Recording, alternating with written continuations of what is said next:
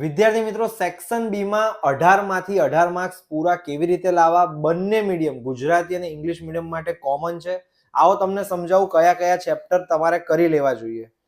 જો પહેલું તો છે બાળકો ચેપ્ટર નંબર 2, જેમાં બે ક્વેશ્ચન પૂછાય છે. ચેપ્ટર 4 2 આવડે એટલે 4 તમને આવડશે જ તે.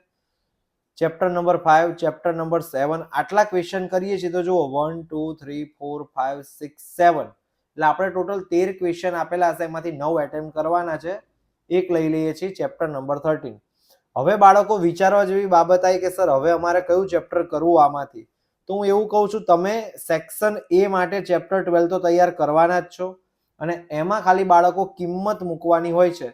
તો ચેપ્ટર નંબર 12 તૈયાર કરી લો તો એના બે ઓપ્શન તમને મળશે.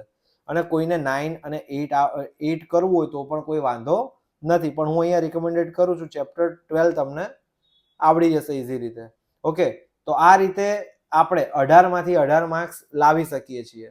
તો આની તૈયારી બાળકો કરવી ક્યાંથી? તો મેં તમારા માટે સેક્શન બી ના એકદમ ઓછા અને સારા ક્વેશ્ચન રેડી કરી રાખ્યા છે. તો આજે દરેક વિદ્યાર્થીએ બેસીને સેક્શન બી ના જેટલા પણ હું ક્વેશ્ચન આપું એટલા રેડી કરી દેવાના છે, રિવિઝન કરી દેવાનું છે. તો નીચે તમારે કોમેન્ટ સેક્શનમાં લખવાનું છે આઈએમપી અથવા તો સેક્શન બી, તો તમને બધા જ આઈએમપી મળી જશે. તો મળીએ છીએ નેક્સ્ટ સેક્શન માટે. All the best.